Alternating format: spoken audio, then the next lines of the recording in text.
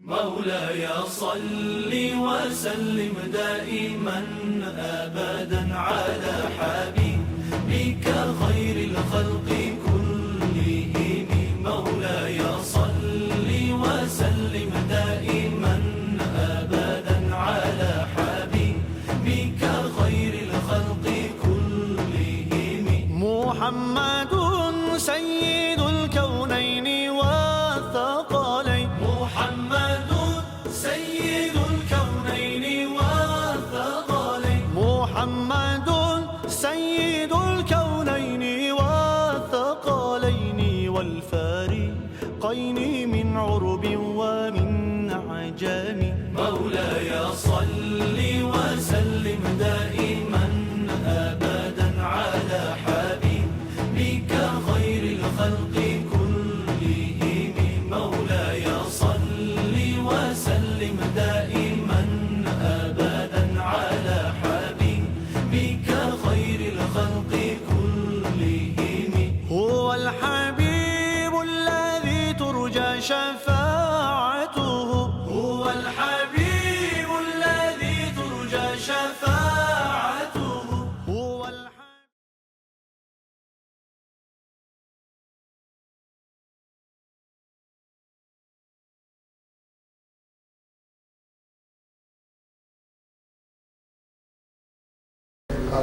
اعوذ باللہ من الشیطان الرجیم بسم اللہ الرحمن الرحیم. ما كان محمد ابا احد من رجالکم ولکن رسول اللہ وخاتم النبیین وکان اللہ بکل شیء علیما. صدق اللہ مولانا العظیم وبلغنا. اہل سنت کے لیے ابتدائی آرگنائزیشن مولانا احمد نصار بیگ صاحب نے کی تھی، اس کا اہتمام میں نے کیا تھا. اگر کوئی مجھے اس طرح کا ذوق ہوتا تو کچھ نہ کچھ عہدہ اس تاریخ سے آج تک میرے پاس ہوتا. میں اس تاریخ بھی چندے والا ممبر تھا، آج بھی چندے والا ممبر ہوں. اور جدھر آپ نے اشارہ کیا ہے ہر خطرے کا مقابلہ سینہ سپر ہو کر کے کیا ہے، اور میں بے نیاز زیست تھا، بڑھتا چلا گیا اور ہر قدم پہ موت کھڑی دیکھتی رہی. اور آئندہ بھی آپ سے وعدہ کرتا ہوں اہل سنت پر کوئی برا وقت آئے، کوئی آپ کا ساتھی نے میرا نام لکھ لیا انشاءاللہ اس کے لیے حاضر. اس کے بعد آپ نے ہمیشہ ہی مجھے یاد رکھنا میں آپ کے جوتے اٹھانے والا ہوں. آپ نے کبھی اس غلط فہمی میں مبتلا نہیں ہوں، نہ میرا ذوق ہے، نہ ظاہراً یہ کوشش کرتا ہوں نہ باطناً یہ کوشش کرتا ہوں. اور اس کا جو فیضان حضور کی بارگاہ سے ملا ہے وہ میں بتا ہی نہیں سکتا. اس بارگاہ کے فیضان کا متبادل کوئی چیز دنیا میں ہے ہی.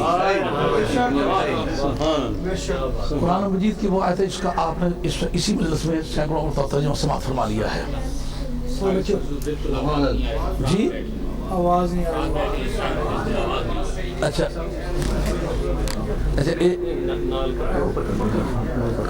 آواز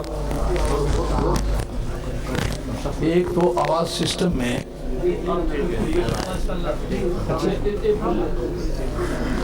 جلدی بھی کرے، وقت بڑا نازک ہے.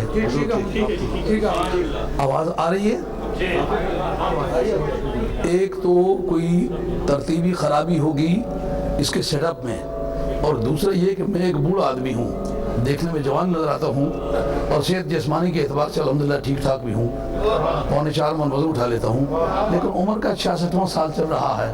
بس اب چلا گئے سال سمجھو. تو اس لیے ممکن ہے کہ وہ میرا گلا گرم ہونے کی وجہ سے بھی کچھ وہ آواز کے سمجھ آنے میں کچھ دیر ہو رہی ہو. بہرحال آج کے اس اجتماع میں ایک تو وہ باتیں ہیں جو اس وقت ہم نے علماء ربانی کی زبان سے سنی ہیں. سب سے پہلے حنیف طیب صاحب نے جو اپنے ارشادات سے ہمیں نوازا ہے، کیا ذوق، کیا حسن، اور اس کی پشت پر ایک ان کا عمل ہے. میں نے اس شخص کو دیکھا ہے کہ جس طرح طالب علمی کے زمانے میں اپنے بزرگوں کی عزت کرتا تھا، وزیر بننے کے بعد بھی اتنی عزت کرتا تھا. اور جب کبھی کوئی کام اس شخص کے پاس لے کے گئے پوری توانائی خرچ کر کے اسے کام کیا. میں نام نہیں کسی کا لینا چاہتا، مگر بہت سارے لوگ ایسے دیکھے ہم نے. ہماری جماعت کے لوگ اقتدار میں آئے تو جب ان سے بات کرنا چاہیے تو آنکھ نہیں انہوں نے ملانا چاہیے. یہاں سے 10-20 لاکھ روپیہ جمع کر کے بھی دیا، پاکستان میں گئے تو آنکھ ملانے سے وہ عاجز رہے. اس شخص میں یہ امتیاز دیکھا ہے. میں بات خوشامد سے، آپ کو پتہ ہے میں خوشامد سے بات کرنے کی عادت نہیں رکھتا. یہ باتیں جو میں کر رہا ہوں حضور کردگار کبھی پیش ہوں گی کہ میں سچ کہتا ہوں یا جھوٹ کہتا ہوں۔ اس شخص کی یہ خوبی ہمارے دل پر ایک ایسا نقش ہے جو قیامت کی گرمی تک زندہ رہے گا۔ خدا تعالیٰ اس شخص کو آئندہ اور ترقی عطا فرمائے۔ جو انہوں نے انجمن کا نام لیا، میں نہ انجمن کا آدمی ہوں نہ کبھی اس کی تنظیم میں رہا ہوں، لیکن پوری دنیا میں جہاں بھی کہیں گیا ہوں لوگوں سے یہ کہا ہے کہ انجمن ہمارے ساتھیوں کی جماعت ہے، اور جتنے مسلمان ہو اپنے آپ کو سنی رکھنا چاہتے ہو یا اصلی دین پر رکھنا چاہتے ہو اپنے بچوں کو اس جماعت میں شامل کرو۔ یہ میں نے والتم سٹوو میں بار بار اس کا اعلان کیا، ہالینڈ میں کیا ہے، جرمنی میں کیا ہے، بیلجیم میں کیا ہے، اور ناروے میں کیا ہے، امریکہ میں کیا ہے، اور جدھر جدھر جاتا ہوں اس کا ذکر کیا کرتا ہوں۔ اور آپ نے دیکھا ہوگا اس کے لیے چندے کی ضرورت پڑی تو غالباً میں نے سب سے زیادہ چندہ کر کے اس جماعت کو دیا ہے، جبکہ پوری زندگی میں نے کسی اپنے سیاسی یا کسی اور مقصد کے لیے انجمن کے پلیٹ فارم کو بھی کبھی استعمال نہیں کیا، اس کے ٹائٹل کو بھی کبھی استعمال نہیں کیا۔ میں سمجھتا ہوں کہ اگر میں ذاتی غرض کے لیے کچھ کرتا ہوں تو اللہ کے حضور میں میرا کیا حصہ ہوگا۔ یہ اللہ تعالیٰ آپ کو عزت بخشے، آپ کا بازی ہم نے جس نے دیکھا ہے اگر ایمان کہا ہے۔ شاہ طلاب الحق صاحب نے بڑے خوبصورت اور طولانی تفصیلات سے ہمیں آگاہ کیا اور بتلایا کہ وہ تحریک آزادی کس طرح تھی، تحریک آزادی کے بنیادی عوامل کیا تھے، اس کا انٹیریئر موٹیو کیا تھا، وہ کیا چیز تھی جو موٹیویٹ کر رہی تھی مرزا جی کو۔ اگر آپ اس پر سنجیدگی سے غور کریں تو آپ کو یہ بات ماننا پڑے گی، ای ایڈمنڈ نے جو 1853 میں ایک لیٹر لکھا تھا مسٹر آرنلڈ کو کہ اگر اس وقت مسجد مدرسہ اور خانقاہ کو جدا نہ کر دیا جائے تو وہ وقت ان قریب آنے والا ہے کہ بغاوت جوبنوں پر آئے گی۔ ارے بغاوت ہندو کرتے جو اکثریتی جماعت تھی، غیر مسلم کرتے جن کا قوت افرادی کا وزن تھا، مسلمان کیوں بغاوت کر رہے تھے؟ چونکہ اقتدار مسلمانوں سے چھنا تھا، یہ درد مسلمانوں کو تھا، اس لیے مسلمانوں کو ضرورت تھی اس کی کہ ہم اپنا انتقام لیں۔ اب اس وقت کس بات کی ضرورت تھی؟ بدعقیدگی کو پھیلایا جائے۔ کیوں؟ بعض قومیں ایسی ہیں جو کہتی ہیں ہمارا رنگ سفید ہے اس لیے ہم ایک قوم ہیں، بعض کہتے ہیں ہمارا رنگ کالا ہے اس لیے ہم ایک قوم ہیں، بعض کہتے ہیں ہم خوراک ایک کھاتے ہیں، مچھلی اور چاول کھاتے ہیں اس لیے ہم ایک قوم ہیں، کچھ لوگ کہتے ہیں بولی ہم ایک بولتے ہیں اس لیے ہم ایک قوم ہیں۔ اب مسلمانوں پر غور کیجئے، کوئی کالا ہے، کوئی گورا ہے، کوئی اونچا ہے، کوئی ناٹا ہے، کوئی مکی کھاتا ہے، کوئی جوار کھاتا ہے، کوئی گندم کھاتا ہے، کوئی چاول کھاتا ہے، کوئی ہندی بولتا ہے، کوئی سندھی بولتا ہے، کوئی پوربی بولتا ہے، کوئی پچھمی بولتا ہے، کوئی کاٹھیا واڑی بولتا ہے، کوئی تیمل بولتا ہے۔ تو جب کوئی بھی رشتہ ان کے درمیان نہیں تو اکٹھا کس نے کیا ہے؟ اکٹھا کرنے کا کام عظمت مصطفیٰ نے کیا ہے۔ جیسا کہ میں نے بریڈ فورڈ کی کانفرنس میں ایک جملہ بولا تھا، بھائی آپ سے باتیں نہیں کریں پلیز، جب تک میری بات ختم نہیں پلیز بات نہیں کرنی۔ ایک میری درخواست ہے، میں کوئی جابرانہ پالسی کا آدمی نہیں ہوں، ایک عاجزانہ درخواست ہے کہ جب تک بیان میرا ختم نہیں ہوتا آپ نے بے وقت کھجلنا بھی نہیں ہے، کیونکہ دماغی کام کر کر کے تھکا ہوا ہوں، اگر بے وقت کوئی ایسی حرکت کرے تو دماغی تسلسل پر بڑا ناخوشگوار اثر پڑتا ہے۔ اس میں ایک بات بڑی سمجھنے والی تھی کہ جس وقت یہ مسئلے چلے کہ مسلمان اکٹھے کیوں ہیں، کا عظمت مصطفیٰ ان کی وحدت کا راز ہے، کالا ہے تو بھی مسلمان ہے، گورا ہے تو بھی مسلمان ہے، زبان ایک دوسرے کے نہیں جانتے، جب اللہ اکبر کہا ایک ہو گئے۔ میں اینک لگاتا ہوں پڑھنے کے لیے، بندہ دیکھنے کے لیے اینک نہیں لگاتا، مہربانی کر کے ایک دوسرے کو اشارہ مت کریں، مجھے وہ آپ اس کا ریسپانسو ایٹیٹیوڈ دیکھنا ہے کہ میں جو بات کر رہا ہوں آپ پر کیا اثر کر رہی ہے۔ آپ کے چہرے پر اگر شکوک و شبہات کی کوئی لہر دوڑتی ہے میں اس کا وقت سے پہلے جواب دوں گا، جس کو آپ علماء کہتے ہیں سوال مقدر کا جواب ہے، سوال مقدر میں پڑھتا جاؤں گا۔ میں بات کر رہی ہوں وقت بڑا تھوڑا ہے، ایسے نازک مرحلے میں ہے کہ اب وہ بیان میں اختصار اور سادگی ملحوظ رکھی ہے، بڑی مشکل سے جانے واقعہ معبود رکھی، اب واقعات کی حفاظت کرنی ہوگی۔ اچھا اب یہ مسئلہ تھا کہ اس میں یہ سوچا گیا کہ مسجد مدرسہ اور خانقاہ کے گٹھ جوڑ سے کا مدرسے والا بھی وہی کہتا ہے، خانقاہ والا بھی وہی کہتا ہے، مسجد والا بھی وہی کہتا ہے، اب کیا طریقہ ہو؟ وہ جو دلی والا مدرسہ جاری کیا گیا تھا نا، جس کے پڑھے ہوئے مولوی محمود رسن صاحب کے باپ یہ بھی ڈی آئی سے اور مولوی شبیر احمد عثمانی کے باپ بھی ڈی آئی تھے، ایجوکیشن ان کے ہاتھ میں تھی، اور آپ کو یاد ہے کہ یہ اس زمانے کی بات ہے جس وقت کے 334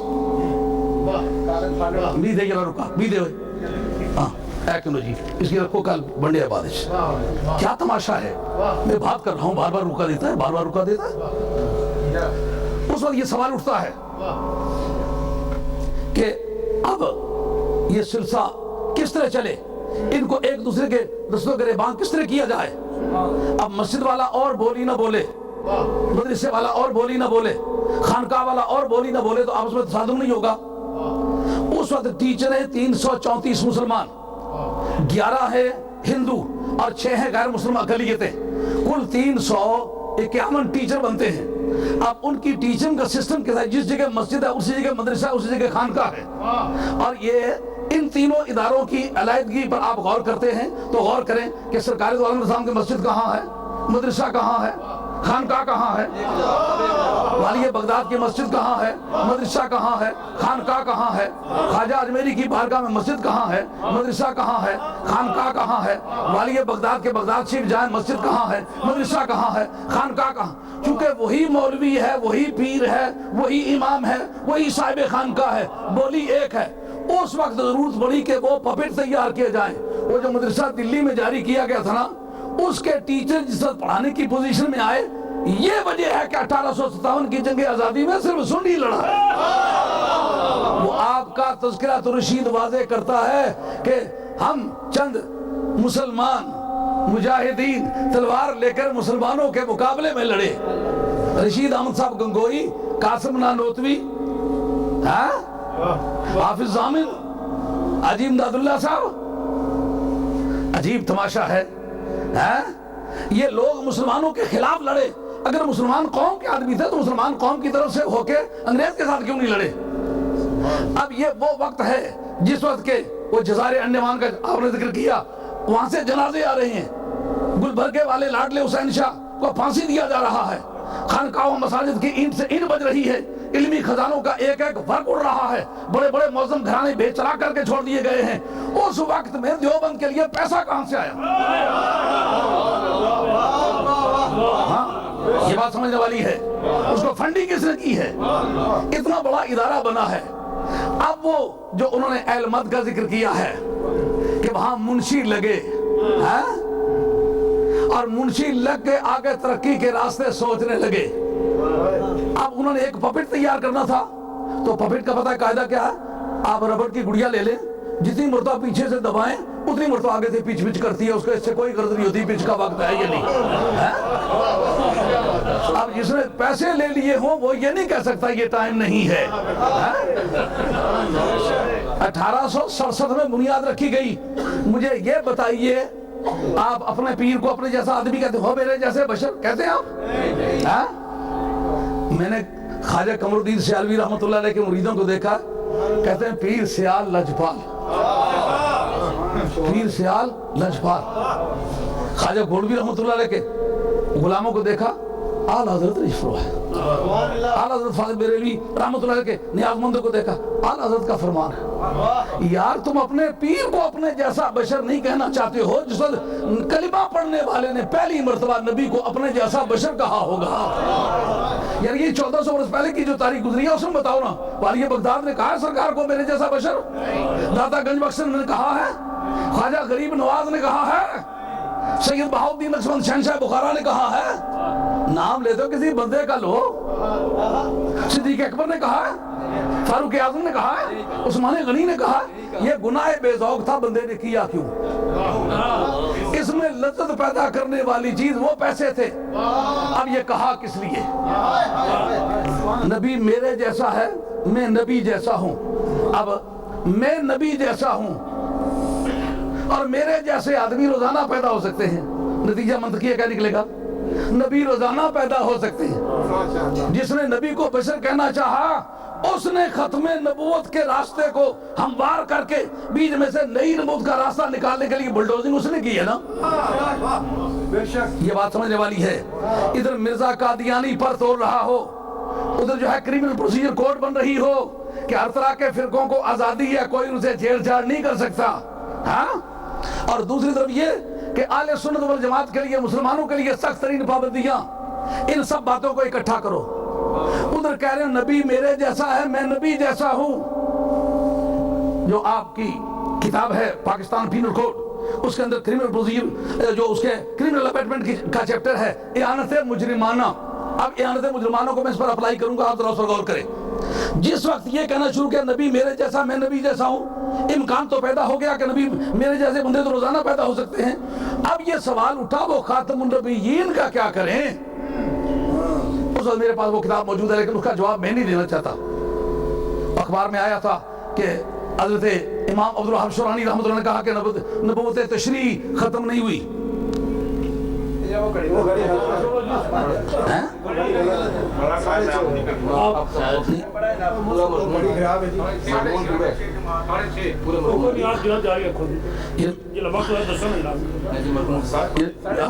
نزدیک کتنا وقت باقی ہے؟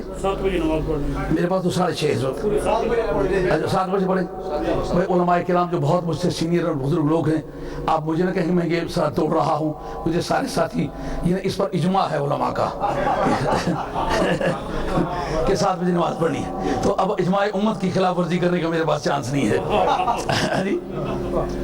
اب مسئلہ یہ ہے کہ انہوں نے کہا تھا کہ امام عبدالوہاب شورانی رحمۃ اللہ علیہ نے یہ کہا ہے کہ نبوت تشریح ختم ہو گئی ہے، نبوت تعریفی باقی ہے۔ نبوت تشریح کا کیا مطلب؟ کوئی نبی آئے اپنی نئی شریعت متعارف کرائے، اس کا نام ہے نبوت تشریح۔ کوئی نبی ہے جو آئے اور سابقہ دین جو آیا ہوا اس کی تعریف کرے، اس کی وضاحت کرے، یہ نبوت تعریفی ہے۔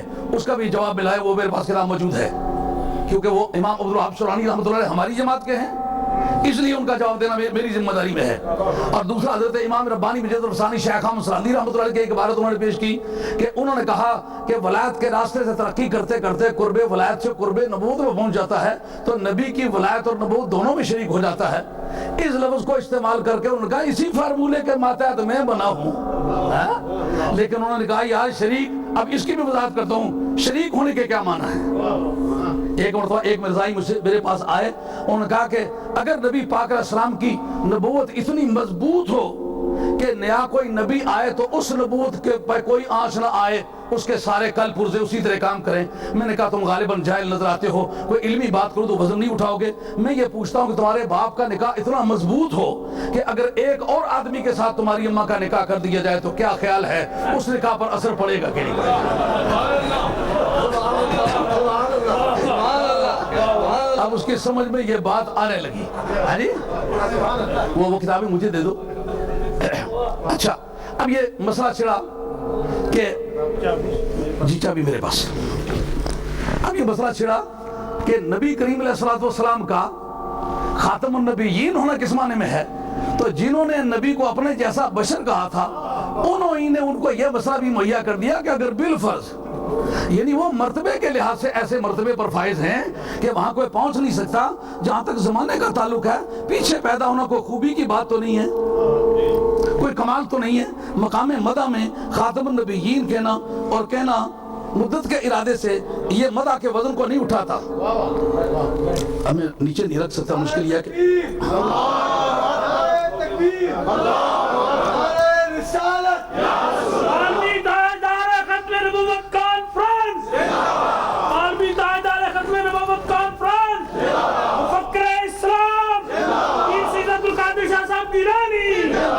پہلے اس کرمنل ابیٹمنٹ کے ضابطے کو اچھی طرح سمجھ لیں۔ اگر کوئی چھوٹا سا ٹیبل منگواتی کتاب اس پر رکھیں جی۔ اب وہ کرمنل ابیٹمنٹ اعانت مجرمانہ، اعانت مجرمانہ، اسے ذرا دھیان سے سنو، جتنے لوئر حضرات ہیں یہ بات نوٹ کرو۔ اعانت مجرمانہ اس کو کہتے ہیں کہ ایک آدمی کسی شخص کو، زید کو، کسی کام کی ترغیب دیتا ہے، کسی جرم کی ترغیب دیتا ہے اور وہ اس کی ترغیب کے مطابق اسی طرح کا کام کرتا ہے، لیکن نتیجہ وہ نکل آتا ہے جس کا ترغیب دہندہ نے کوئی ذکر نہیں کیا۔ مثلا یوں کہا کہ یہ 5 شیر سوٹا ہے تلا ہوا، یہ سامنے جو 80 سالہ بوڑھا جا رہا ہے گنجے سر والا، اس کے سر میں 5 سوٹے مارو، لیکن اس بات کا دھیان کرنا کہ مر نہ جائے، اگر مرے گا تو میں ذمہ دار نہیں ہوں۔ لیکن 80 سالہ بڈھے کے گنجے سر میں 5 سے تلا ہوا سوٹا ایک نوجوان پہلوان آدمی اگر 5 گن کے مارے تو اس کا اغلب نتیجہ کیا ہو سکتا ہے؟ موت ہو سکتا ہے نا۔ قانون کہے گا جس نے سوٹے مارنے کی ترغیب دی ہے اسی نے اس کو قتل کرنے کی بھی ترغیب دی ہے، اس لیے اس بے ایمان کو پہلے چالان کرو اس نے اس کو اس جرم کی ترغیب دی ہے، جو سزا اس کی ہے وہی سزا اس کی ہے، اس کا نام ہے اعانت مجرمانہ۔ اب جس نے کہا نبی میرے جیسا ہے، میں نبی جیسا ہوں، اور پھر یہ کہا اگر کوئی نیا نبی بھی آ جائے تو ختم نبوت میں فرق نہیں آتا، اب جس جرم کی ترغیب دی ہے اس کا اغلب نتیجہ نئی نبوت کا اعلان ہے کہ نہیں؟ اس لیے قانون یہ کہے گا کہ جس نے نئی نبوت کا دعویٰ کیا اس کو بعد میں پکڑتے، پہلے اس بے ایمان کو تلاش کرو جس نے یہ کہا ہے نبی میرے جیسا ہے، میں نبی جیسا ہوں، اور اگر کوئی نیا نبی بھی آ جائے تو ختم نبوت میں فرق نہیں آتا۔ اب جناب جس جرم کی ترغیب دی ہے وہ تو صرف اتنا تھا نبی میرے جیسا، میں نبی جیسا ہوں، اور پھر یہ کہ اگر نیا نبی بھی آ جائے تو ختم نبوت میں فرق نہیں آتا۔ اس کا معنی براہ راست تو یہ نہیں تھا کہ نبوت کا اعلان کرو، لیکن جس جرم کی ترغیب دی ہے یہ وہ 5 چھوٹے ہیں جو گنجے سر میں مارنے کی ترغیب دی ہے، اور 80 سالہ بڈھے کے سر میں۔ اب اگر بندہ مر گیا ہے تو جس طرح وہ قاتل ہے اسی طرح وہ ترغیب دہندہ قاتل ہے۔ ہمارے نزدیک جس آدمی نے کہا نبی میرے جیسا ہے، میں نبی جیسا ہوں، اور پھر یہ کہا کہ اگر نیا نبی بھی آ جائے تو ختم نبوت میں فرق نہیں آتا، اس نے ترغیب دی ہے نئی نبوت کی۔ مرزے کو چالان کرتے وقت پہلے اس کو چالان کریں گے کہ تو نے یہ بے ایمانی کی۔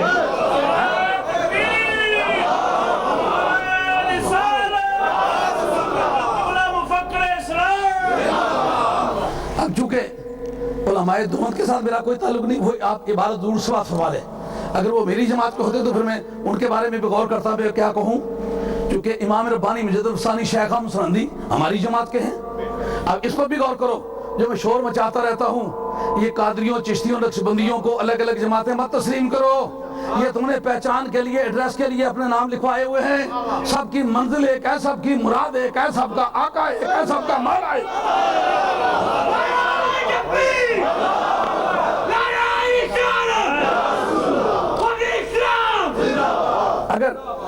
اگر مجدد صاحب رحمت اللہ علیہ کوئی دوسرے ہوتے تو میں کہتا ہے اس کا جواب وہ دے، نہیں وہ ہمارے ہیں، اس لیے جواب تو جواب کیا، سر چاہیے تو حاضر ہے۔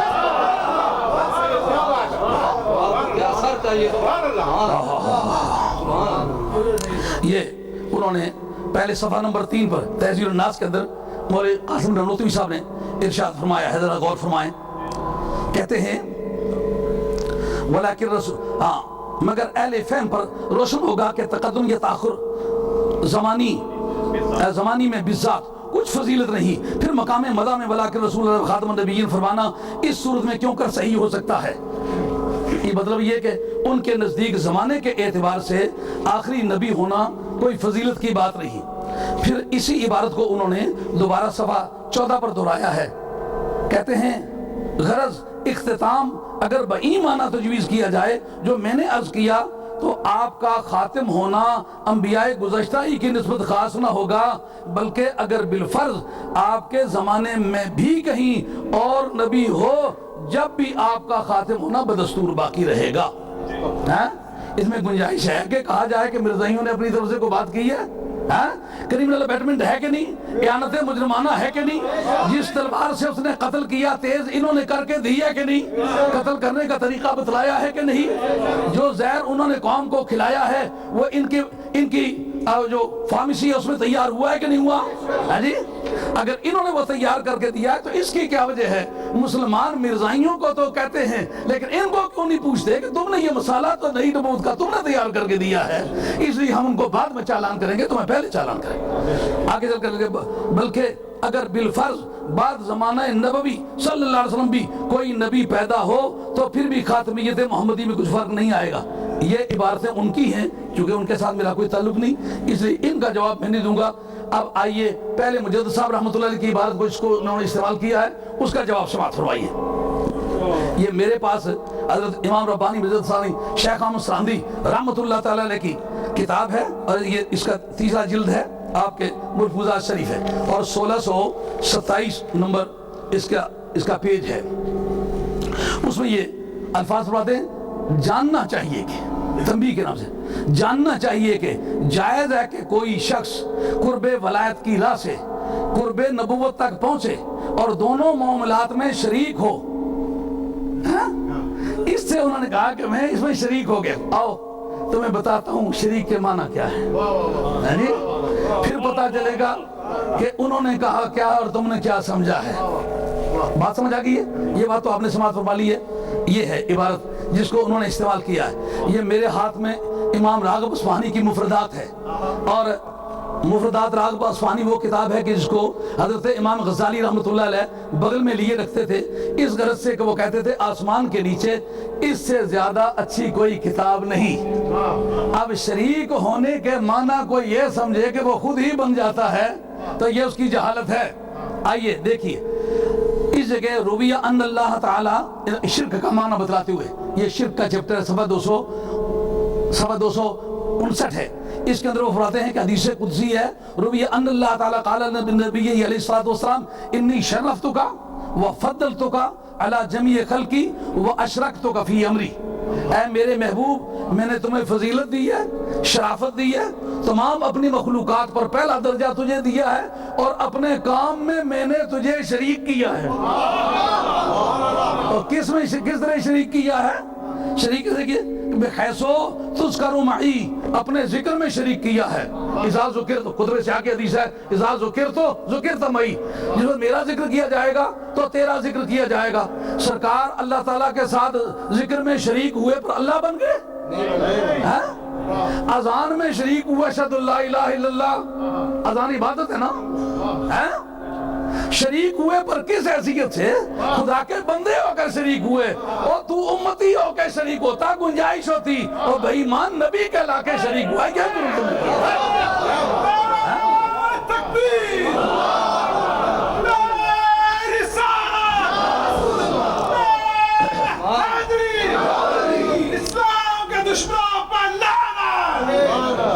عرض خدمت ہے کہ اس جگہ اپنے ذکر میں شریک کیا کہ نہیں کیا؟ اذان میں سرکار شریک ہے کہ نہیں؟ اقامت میں شریک ہے کہ نہیں؟ اللہ ہو گئے شریک ہوئے پر بندے ہو کے شریک ہوئے، اور تو نبی کے فیضان میں شریک ہو پر بندہ بن کے ہو، بندے نہ پتر بن۔ جی وَأَمَرْتُكَ بِطَاعَتِكَ مَعَ طَاعَتِي فِي اطیعُوا اللَّهَ وَاطِیعُوا الرَّسُولَ، میں نے اطاعت میں تجھے شریک کیا، اطاعت میں تو شریک ہے، بیعت میں تو شریک ہے، بلانے میں تو شریک ہے، تیرے پاس حاضری ہو تو یا ایھا الذین آمنوا استجیبوا للہ وللرسول اذا دعاکم۔ امام راضی کہتے ہیں کہ جب رب نے کہا جب اللہ اور اس کا رسول بلائے تو آ جایا کرو، لیکن بلانے کے وقت صیغہ واحد کا استعمال کیا، دعا۔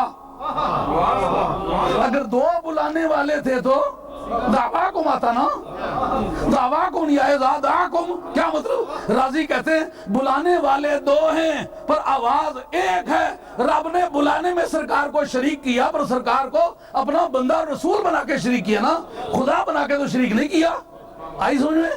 تو اس جگہ حضرت امام ربانی مجد الثانی شیخ احمد سرندی رحمۃ اللہ تعالی کا فرمان یہ ہے کہ وہ نبوت کے کاز میں شریک ہوتا ہے، فیضان نبوت۔ یہ صوفیہ کا مسلمہ مسئلہ ہے کہ نبوت بند ہوئی ہے، فیضان نبوت نہیں بند ہوا، کمالات نبوت بند، یہ وہ چیپٹر ہے۔ آئی بات سمجھ میں؟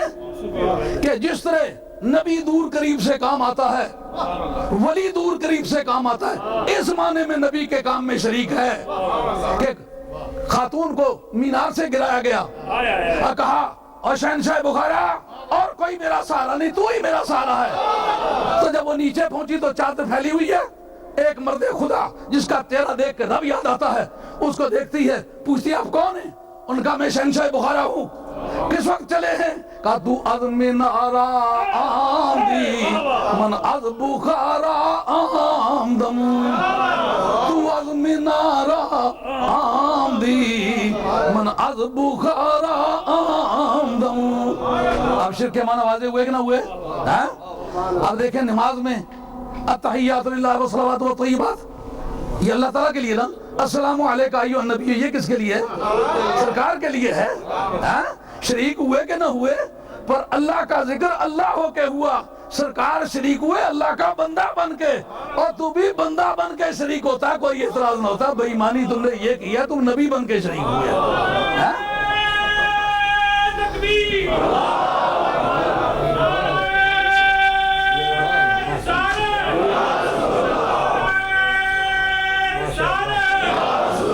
یار خواجہ گولڈی کا فوٹو کہیں قریب نہیں ہے کوئی؟ خواجہ گولوی کا فوٹو؟ اچھا میں آپ کو آج خواجہ گولوی رحمۃ اللہ کا فوٹو ہونا چاہیے تھا، کیونکہ مجھے مرزا جی کا فوٹو میں لایا ہوں کسی مقصد کے لیے، ابھی میں وہ دلائل پیش کرتا ہوں اور مرزا جی کا فوٹو اپنے مال پہ پیش کرتا ہوں۔ اچھا یار اگر ہے تو مجھے مہیا کر کے دے، اگر نہیں تو جانے دیں، لیکن خواجہ گولوی رحمۃ اللہ کا اگر فوٹو ہوتا تو کافی مددگار ہوتا۔ یہ بات بڑی اچھی طرح سمجھنے والی ہے۔ یہ ختم نبوت کے سلسلے میں یہ جلد نمبر 2 ہے اور صفحہ نمبر 188 سے 199 تک جاتا ہے۔ یہ میرے پاس کتاب ہے امام عبدالوہاب شورانی رحمۃ اللہ علیہ کی، جس کا نام ہے الیواقیت والجواہر فی عقائد الاکابر۔ یہ کتاب دراصل ان کی اپنی نہیں ہے، بلکہ حضرت امام محی الدین ابن عربی رحمۃ اللہ تعالی علیہ نے جو کتاب لکھی نا الفتوحات المکیہ، جس میں خواجہ گولوی رحمۃ اللہ علیہ کو امتیاز تھا۔ بہت سارے لوگوں نے اس کتاب کو سمجھنے میں دھوکہ کھایا، ہلکی پھلکی باتیں کی، لیکن خواجہ گولوی رحمۃ اللہ کا ایڈوکیٹ بن کے نا اس طرح اس کو ثابت کیا کہ ہر آدمی کو للکار آ کے اگر بات کرنا چاہتے ہو مجھ سے کرو۔ یہ وہ کتاب ہے۔ اسی طرح امام عبدالوہاب شورانی رحمۃ اللہ علیہ نے مصر میں ان سوالات کے جواب دیے۔ آپ ذرا اندازہ کیجئے جس عبارت پر انہوں نے یہ بات پیش کی ہے، یہ سوچ پیش کی ہے، وہ یہ ہے جو 190 پر ہے، الیواقیت والجواہر جلد 2 صفحہ 190۔ وہ کہتے ہیں کہ اس جگہ جو انہوں نے کہا علم، انہوں نے سوالات، یہ ان کا چیپٹر نمبر 73 ہے، باب ثالث والسبعین، اور جواب نمبر 25 ہے۔ اس سے دھوکہ ان کو ہوا۔ کہتے ہیں علم ان النبوۃ لم ترتفع مطلقا بعد محمد صلی اللہ علیہ وسلم، وانما ارتفع نبوۃ التشریع فقط، فقوله صلی اللہ علیہ وسلم لا نبی بعدی ولا رسول بعدی ما سمى من يشرع بعدی شریعۃ خاصۃ فهو مثل قوله صلی اللہ علیہ وسلم اذا هلك كسرى فلا كسرى بعده واذا هلك قیصر فلا قیصر بعده ولم يكن كسرى وقیصر الا ملک الروم والفرس وما ذلك الملك في الروم ولكن ارتفع حاصل اسم فقط مع وجود الملك فيهم وسمي ملكهم باسم آخر غیر ذلك۔ اچھا بات کیا ہے؟ اس جگہ آپ سے پوچھا گیا کہ ختم نبوت کا آپ کے نزدیک کیا معنی ہے؟ ان کا نبوت کا وہ چیپٹر کلوز ہو گیا جو نبی کے نام سے، رسالت کے نام سے چلتا تھا۔ جہاں تک فیضان نبوت کا تعلق ہے، خبریں بھی چلتی ہیں، کمیونیکیشن بھی چلتی ہے، تو ان کا پھر اس طرح سرکار نے یہ بھی فرمایا تھا اذا ہلاک کسرا فلا کسرا بعدہ، کسرا ہلاک ہو جائے گا اس کے بعد کوئی کسرا نہیں ہوگا، اور اس کے بعد فرمایا کہ اذا ہلاک قیصر فلا قیصر بعدہ، قیصر ہلاک ہو جائے گا اس کے بعد تو کوئی قیصر نہیں ہوگا۔ تو اس کے بعد تو بادشاہ ہوئے، ان کا مجھے یہ بتا جو بادشاہ ہوئے ان کا نام قیصر تھا، جو بعد میں ایران میں بادشاہ اس کا نام کسرا تھا۔ حکومت جزوی طور پر رہی نا، آگے پیچھے سے کاٹ لی گئی، جزوی طور پر رہی۔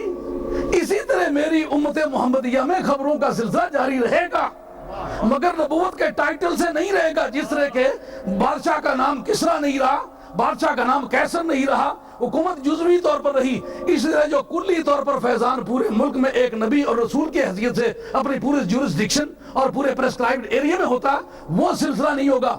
لیکن خبروں کا سلسلہ، اطلاعات کا سلسلہ، فیضان کا سلسلہ، نبی کا دروازہ کھلا ہوا، ہر نبی کے غلام فیضان لیتے رہیں گے۔ آئیے اس سے آگے چل کر کے اور وضاحت۔ وہ کہتے ہیں اس بارے میں حضرت سرکار بغداد رضی اللہ تعالیٰ عنہ کا اس میں کلام پیش کرنا وقت کانا الشیخ عبد القادر الجیلی یقول اوتی الانبیاء اسم النبوت و اوتینا اللقب اے حجر علینا اسم النبی۔ بات پلے پڑی، یعنی حضرت غوث اکرم فرمایا کرتے تھے کہ نبیوں کو، انبیاء علیہ السلام کو فیضان کے ساتھ ساتھ نبوت کا ٹائٹل دیا گیا، لیکن ہم جو ہیں اوتینا اللقب، ہمیں وہ نبوت والا ٹائٹل نہیں دیا گیا۔ کیا کیا گیا؟ اے حجر علینا اسم النبی، نبی کا نام ہم پر بین ہو گیا، کوئی نبی کا لفظ استعمال کر ہی نہیں سکتا، اور حضرت غوث نہیں کر سکتے، تو کس بات کی بولی ہے؟ اور آئیے اس سے پیشتر وہ یہ مسئلے کا فیصلہ کر کے آگے چلے ہیں۔ یہ صفحہ 128 پر ہے، آپ یہ فتوحات شریف کا یہ چیپٹر نمبر 14 ہے، اس کے اندر انہوں نے ذکر کیا علم ان حقیقتا نبی الذی لیس برسول هو شخص یوحی اللہ الیہ بامر یتضمن ذلک شریعتا یتعبد بها فی نفسه فان بعث بها الی غیرہ کان رسولا۔ کہتے ہیں نبی اپنے آپ کو پابند رکھتا ہے اس شریعت کا، اگر دوسروں کو پابند کرنے کے لیے آئے تو پھر وہ رسول کہلاتے ہیں۔ یہ ان کے نزدیک فرق ہے۔ ہمارے ہاں تو ہے نا کہ نبی کسی کے تابع ہوتا ہے، لیکن رسول ہوا انسان بعثہ اللہ تعالی الی الخلق تبلیغ الاحکام الشرعیۃ معه کتاب متجدد اور شرعیتہ متجددہ. یہ ہمارے علماء قائد کی رولنگ ہے کہ جو رسول ہوتا ہے وہ یا نئی کتاب لے کر کے آتا ہے یا نئی شریعت لے کر کے آتا ہے. لیکن آگے دیکھیں فیصلہ کن بات جو کرتے ہیں وہ کس قدر دلچسپ ہے. آپ فرماتے ہیں قال وعلم ان الملائکہ یاتی النبی بالوحی علی حالین. ذرا دیکھیں حضرت امام محی الدین عربی کی اپنے مضمون پر قدرت کتنی ہے. فرماتا ہے کہ نبی پر جو وحی آتی ہے وہ دو طرح سے آتی ہے. کیا کیسے؟ کہتے ہیں کہ ینزل الوحی علی قلبہ، کبھی تو نبی کے دل پر وحی آتی ہے فإنہ نزلہ علی قلبک بإذن اللہ، کبھی دل پر وحی آتی ہے. اور دوسرا وتارۃ یاتی فی صورت جسدیۃ من خارج فیلقی ما جاء به الی ذلک النبی علی اذنہ فیسمع او یلقیہ علی بصرہ فیبصرہ فیحصل له من النظر مثل ما یحصل له من السمع سواء. یعنی کبھی ایسا ہوتا ہے نبی کے کانوں پر وہ وحی ڈالتا ہے، نبی سن لیتا ہے. کبھی ایسا ہوتا ہے کانوں پہ نہیں ڈالتا، آنکھوں کے سامنے رکھتا ہے، تو سننے سے جو استفادہ ہوتا ہے وہ دیکھنے سے ہو جاتا ہے. اچھا اس کے بعد لیکن یہ کب؟ جب اس سورۃ جسدانیہ میں آئے وقال ھذا باب اغلق بعد موت محمد صلی اللہ علیہ وسلم. لیکن فرشتوں کے ذریعے سے وہی آنے کا سسٹم نبی پاک صاحب لولاک کے وصال پر ختم ہو گیا. اس کے بعد کوئی فرشتہ اس طرح کا پیغام لے کے نہ آئے گا اور نہ کوئی اس طرح کا سلسلہ چلے گا. اب بتا کس منہ سے محی الدین عربی کی عبارت پیش کرتا ہے. اور اس کے بعد وہ فرماتے ہیں کہ فلا یفتح لأحد الی یوم القیامہ، یہ دروازہ بند کیا گیا لیکن قیامت تک یہ کھلے گا نہیں. ولیکن بقی للاولیاء وحی الالہام، لیکن ولیوں کے لیے صرف الہام کے ذریعے سے جو غیبی اطلاع ہے وہ آتی ہے. اب بتاؤ جناب محی الدین عربی رحمۃ اللہ علیہ یا امام عبدالوہاب شرانی رحمۃ اللہ علیہ، ان دونوں کے ذریعے سے جو ان کا یہ خیال ہے کہ ہمیں نبی بننے کا شاید چانس مل جائے گا، یہ عبارت پیش کی ہے کہ ان کے پاس پاور آف لیجسلیشن نہیں ہے لیکن باقی سارا کام ان کا تیار ہے. یعنی میں نبی تو نہیں بن سکتا، لیکن ہوا کیا کہ میرے پاس نئی شریعت نہیں ہے لیکن پرانی شریعت سے ہی میں کام چلاؤں گا. ذرا غور فرمائیں. پہلی بات تو یہ ہے دعویٰ تم نے رسالت کا کیا ہوا ہے، دلیلیں تو نبوت کی پیش کرتا ہے. یعنی بیچنے لگا ہے گدھا، دلائل پیش کرتا ہے گھوڑے کے. سمجھ آتی ہے؟ بنانا چاہتا ہے بیوی، دلائل پیش کرتا ہے امی جی کے. ہے کو بات دعوے کے ساتھ دلائل کی مطابقت چاہیے. یہ کہتا ہے الذی ارسل رسولہ بالہدی ودین الحق لیظہرہ علی الدین کلہ. یہ آیت اللہ تعالیٰ نے میرے حق میں نازل فرمائی. ذرا اندازہ کیجئے. میشود ہر بود رازے خرقہ پوش آہزی سوداگرانے دی فروش. کتنا سستا کام نظر آیا. اس آیت سے مراد میں پوچھتا ہوں صدیق اکبر سے کون مراد ہے؟ کہا مدینے والا مراد ہے. اور اس میں وزن کتنا ہے؟ وزن اتنا ہے کہ قاعدے کی روح سے اسماء موصولات معرفات میں سے نا، تو معرف موصولات کی تعریف کا مدار کس پر ہوتا ہے؟ صلے پر ہوتا ہے نا. اگر صلہ بیچ میں ہو تو معرفت ہوتی ہے، صلہ بیچ میں نہ ہو تو معرفت نہیں ہوتی نا. یہ علماء حضرات تشریف فرمائے، مدرسین حضرات سے خاص طور پر گزارش ہے ذرا دھیان سے یہ بات میری سنیں. هو الذی ارسل رسولہ، اللہ نے پہچان اپنی کیا کرائی؟ میں وہ ہوں جس نے یہ رسول بھیجا. اب الذی ہے اس میں موصول ہے معرفہ، پر معرفہ مبہمہ ہے. ابہام اس کا کس سے رفع ہوگا؟ اس کے صلے سے رفع ہوگا. صلے میں کیا ہے؟ محبوب کبریا کا ذکر ہے. یعنی میں وہ خدا ہوں جس کی پہچان یہ میرا محبوب ہے. یعنی اگر آپ وہ جو صلہ ہے بیچ میں رکھیں گے تو موصول کی معرفت ہوگی. اگر صلے کو بیچ میں سے نکالیں گے تو موصول کی معرفت کا ذریعہ تمہارے پاس کوئی نہیں. کیا مطلب نکلتا ہے؟ محبوب کبریا کو بیچ میں رکھو گے خدا کی پہچان ہوگی، اور حضور کو بیچ میں سے نکالیں گے خدا کو نہیں پہچان سکتے. یہ مرزا جی کہتے ہیں چونکہ حضور علیہ الصلوۃ والسلام کے ساتھ میرا اتنا تشابہ پیدا ہو گیا، اتنی مشابہت پیدا ہو گئی کہ میرے منہ میں سے نبی کریم علیہ السلام نظر آنے لگے. اس مجبوری سے میں ان کا فوٹو بھی لایا ہوں تاکہ آپ کو اندازہ ہو کہ اس منہ سے کچھ نظر آتا ہے. بس باوجود اس شخص کے دعوی نبوت کے جس کا نام ذلی طور پر محمد احمد رکھا گیا ہے، پھر میں سیدنا محمد خاتم النبیین ہی رہا، کیونکہ محمد ثانی ہوں، اسی محمد صلی اللہ علیہ وسلم کی تصویر اور اسی کا نام، یہ میرے چہرے پر نبی پاک علیہ السلام کی تصویر ہے۔ ذرا سرکار کی تصویر میں بعد میں کھینچتا ہوں، ذرا یہ تصویر مرزا جی کی آپ نے بلادہ فرما لیں، آپ کو پتہ چلے۔ لعنت یہ اوپر کا فوٹو نظر آیا، یہ جتنے سکولوں کالجوں میں آج 50 برس پہلے پڑھے ہو، ایمانداری سے بتاؤ آپ نے ایک فوٹو دیکھا ہوگا، وہ اس کے مشابہ تھا، وہ کس کا تھا؟ ہے نا؟ اس میں سے محمد نظر آئے ہائے وہ کمال حسن حضور ہے، وہ کمال حسن حضور ہے کہ گمان نقص جان نہیں، کہ گمان نقص جان نہیں، یہی پھول خار سے دور ہے، یہی شمع ہے کہ دھواں نہیں۔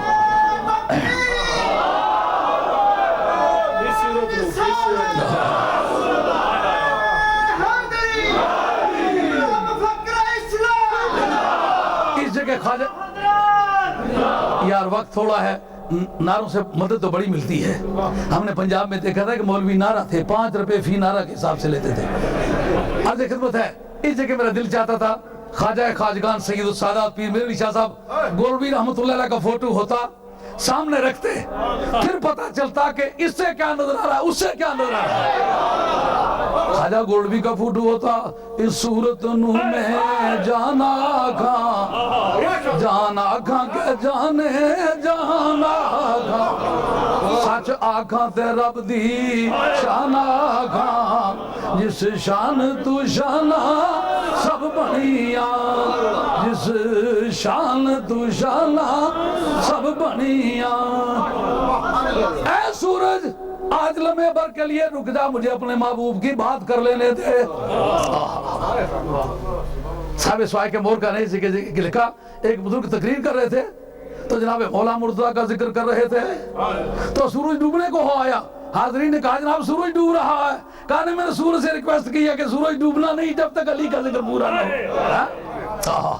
خواجہ خواجگان پیر میرعلی شاہ صاحب گولوی رحمۃ اللہ علیہ آپ فرما رہے نا، اس میں خانچے والوں نے کام کیا، تانگوں والوں نے کام کیا، پکوڑیاں بیچنے والوں نے کام کیا، علماء نے کام کیا، صوفیاء نے کام کیا، آل اللہ نے کام کیا، زمینداروں نے کام کیا، ختم نبوت نہیں کیا تو علماء دیوبند نے نہیں کیا، سب نے کام کیا، ہر ایک نے اپنی اپنی خدمت کی، کسی نے قول سے کی، کسی نے قلم سے کی، مگر مجھے معاف کیجئے گا، مجھے یہ بات کرنے دیجئے گا، وہ ضرب جس نے مرزے کو ہلاکت تک پہنچایا وہ خواجہ گولوی کا ضرب ہے، وہ ضربے کاری، جیسا کہ وحشی حبشی کو ابو دجانہ نے بھی ضربے ماری ہیں نا، لیکن آج تک ابو دجانہ کو قاتل مسلمہ مانا گیا ہے، کیوں؟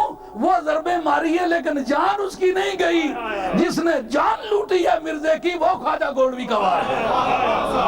نعرہ تکبیر، نعرہ رسالت، عالمی تاجدار ختم نبوت کانفرنس، آستانہ علیہ بڑھیریا گولڑا شریف۔ وقت بڑا تنگ دامان ہے، میرا خیال ہے کہ وقت ختم ہو گیا ہے، تو اب میں اجازت چاہوں گا، غالباً اتنی باتیں آپ پر واضح ہو گئی ہوں گی کہ اس وقت سیاسی عوامل کیا تھے، ان سیاسی عوامل میں کس نے کیا لوٹا اور ایمان بیچ کے کافر کو اس نے کون سی تلوار تیز کر کے دی، مسلمانوں کی حلق پر کیسے چلی، اس کو روکنے والوں نے روکا کس طرح۔ مرزا جی کے جو دعوے ہیں کہ میں یوں نبی بنا ہوں، ان کی وضاحت بھی آپ کے سامنے ہو گئی، اور ان کی کیچ چاٹنے والی قوم جو پیچھے رہ گئی ہے، وہ کبھی نام لیتے ہیں امام ربانی کا، وہ مسئلہ بھی حل ہو گیا، کبھی نام لیتے ہیں حضرت امام عبدالوہاب شورانی کا، وہ مسئلہ بھی حل ہو گیا۔ تو میرا خیال ہے کہ مرزا جی کا فوٹو دیکھنے کے بعد تو ان کے گھٹیا ہونے اور بے ایمان ہونے کو سمجھنے کے لیے اس سے زیادہ اور کوئی اچھا ہتھیار نہیں ہے، اس لیے کہ جو سرکار نے اونٹنی بیچی تھی، زینہ بیٹھی ہوئی ہے کجاوے میں، اپنا خامد سے کہتا ہے یہ اونٹنی تو لے گئے، پتہ نہیں پیسے بھی دیں گے کہ نہیں دیں گے، انہوں نے کہا گھبراؤ نہیں، لیسا وجہ کاذب، تو یہ جھوٹے کا چہرہ نہیں ہے، اے لقائے تو جواب ہر سوال. رومی ہے. اے لقائے تو جواب ہر سوال مشکل از تو حل شود بے قیل و قال. رومی نے یہ بات اس موڑ پہ کہی کہ سارے نبیوں کی مور ہائے نبوت ان کے دانے ہاتھ پر ہوتی رہی, سرکار کی مور نبوت کندھوں کے درمیان تھی. کہا یہ کیا وجہ ہے؟ مور دی ہے پر دونوں کندھوں کے درمیان. کہا مور دانے ہاتھ پر رکھنے کی مقصد یہ ہوتی تھی کہ جو آدمی ملاقات کرے اگر اس کو شک و شبہ رہ جائے تو وہ ہاتھ ملا کر کے فیصلہ کر لے سچا ہے, کیونکہ آرٹیفیشل گوشت بمیں چند ایک پرنٹنگ کے وہ اس طرح آرٹیفیشلی اٹیچ نہیں کیا جا سکتا. ہاتھ میں لانے سے آنکھوں سے جو بہرا ہو, آنکھوں سے اندھا ہو, وہ بھی آدمی ہاتھ سے ٹٹول کر پتہ کر لیتا ہے کہ سچ مچ نبی ہے. کہا باقیوں کے دانے ہاتھ پر رکھی, باقیوں کو دی تجھے نہ دیتے کسر شان ہوتی, پر باقیوں کے دانے ہاتھ پر رکھی ہے, تیرے دانے ہاتھ پر کیوں نہیں رکھی؟ کہا دانے ہاتھ پر اس کو رکھتے ہیں جس کا چہرہ دیکھنے کے بعد مور دیکھنے کی حاجت باقی رہے. اے لقائے تو جواب ہر سوال مشکل از تو حل شود بے قیل و قال. الصلاة والسلام علیکہ یا سیدی یا رسول اللہ علیہ وسلم وما علینا الا البلاغ المبین وآخر دعوانا.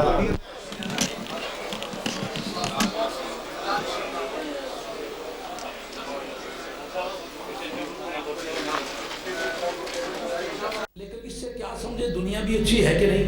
میں کہتا ہوں اچھی. کس جگہ ثبوت ہے؟ یہ قطعی دلالت ہے, اس جگہ موجود ہے. کیوں؟ وَلَلْآخِرَةُ خَيْرٌ, خیرٌ جو ہے یہ صیغہ ہے اس میں تفصیل کا, اس میں تفصیل آتا ہے کمپیریٹیو ڈگری کے لیے, موازنہ کرنے کے لیے.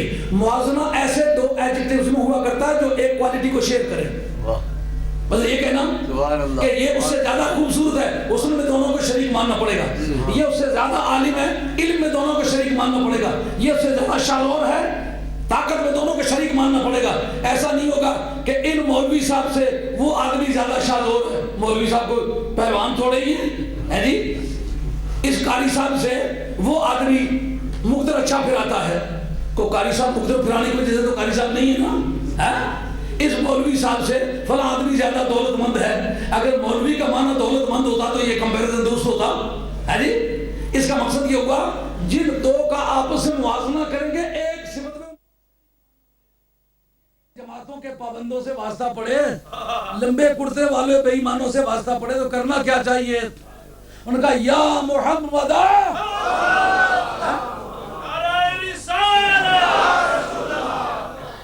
اچھا کتنے مسئلے حل ہوئے؟ جنگ لڑی کہاں جائے گی؟ احد شریف میں کہا نہیں, احد شریف میں نہیں, بدر میں نہیں, بدر میں نہیں. یار ہوتا تو ایسے رہا, دشمن چل کے آتا رہا, راستے میں اس کو روکتے رہے. کہا وہ جنگیں تھی منکرین خدا کے ساتھ, یہ جنگ ہے منکر مصطفیٰ کے ساتھ. وہ جنگیں دفاعی ہونی چاہیے تھی, یہ جنگ جو ہے اگریسیو ہے, جارحانہ ہے. یہ دشمن کی چوکھٹ میں جا کے سپاہی لڑیں گے, دشمن کے منیر پہ کھڑے ہو کے للکاریں گے, دشمن کے سین میں جنگ ہوگی. کیوں؟ نبی پاک کی عزت و عظمت کا مسئلہ ہے. یہ منکر مصطفیٰ سے من الماء کل شیء حی, قانونی سسٹم میں سب سے پہلے پانی کا بندوبست کرنا پڑتا ہے. تو موسیٰ کلیم اللہ علیہ السلام کو اتنے کئی لاکھ آدمی کے لیے پانی کا بندوبست کر, اس کے لیے کنویں چاہیے تھے کہ نہیں؟ کنواں تو کوئی ہے نہیں. صحرائے سینا میں آج جا کے دیکھیں, اس پتھر کو چوٹ ماری جو آج بھی موجود ہے, 12 چشمے اس سے نکلا ہے. اب پانی کا بھی بندوبست ہو گیا, کھانے کا بھی بندوبست ہو گیا, اور رہنے سہنے کے لیے مکان کا بادل و سائے بن کے رہو. انتہائی گرم جگہ ہے, وہاں سائے کا ہونا مکانیت کے لیے کافی ہے. اس کے بعد رب کہتے ہیں ہم نے ان کو کتاب دی. کیا مطلب نکلا؟ کہ موسیٰ علیہ السلام کے نتیجے سے تم بھی ایک نتیجہ لو. او پیارے, ان کو تو ہم نے سب مصیبتوں کی تکمیل کے بعد کتاب دی تھی, اور پہلے ان پر روزے فرض کیے تھے, بعد میں ان کو کتاب دی تھی. اور پیارے تجھ پر روزے بعد میں فرض کیے, کتاب پہلے دینا شروع کر دی ہے. اور بے قصوں کے سلسلے میں کیوں نہیں لڑتے ہو؟ محبوب کبریا کو کہا صدیق اکبر سے کہا، فاروق اعظم سے فرمایا، حیدر کرار سے فرمایا کہ اے حیدر کرار تیری ذوالفقار کب کام آئے گی؟ وہ غریب کعبے کی دیواریں پکڑ کے رو رو کے کہتے مولا کریم یہاں سے نکال، اے حیدر کرار تیری ذوالفقار حیدریہ برکت میں آنی چاہیے۔ ہاں اے محبوب کبریا اب تیرے اس طرف منہ کر کے چلنے کا وقت ہے، اب راہ سے پار ہونے کا ٹائم ہے، اب تیگو سنا لے کے اپنے غلاموں کو کہو کہ سر بکف ہو کر کے میدان میں مولاي صل وسلم دائما أبدا على حبيبك خير الخلق كلهم مولاي صل وسلم دائما أبدا على حبيبك خير الخلق كلهم محمد سيد الكونين والثقلين محمد سيد الكونين والثقلين محمد سيد الكونين والثقلين والفارقين من عرب ومن عجم مولاي صل وسلم دائما أبدا على حبيبك خير الخلق كلهم مولاي صل وسلم دائما أبدا على حبيبك خير الخلق كلهم هو الحبيب الذي ترجى شفاعته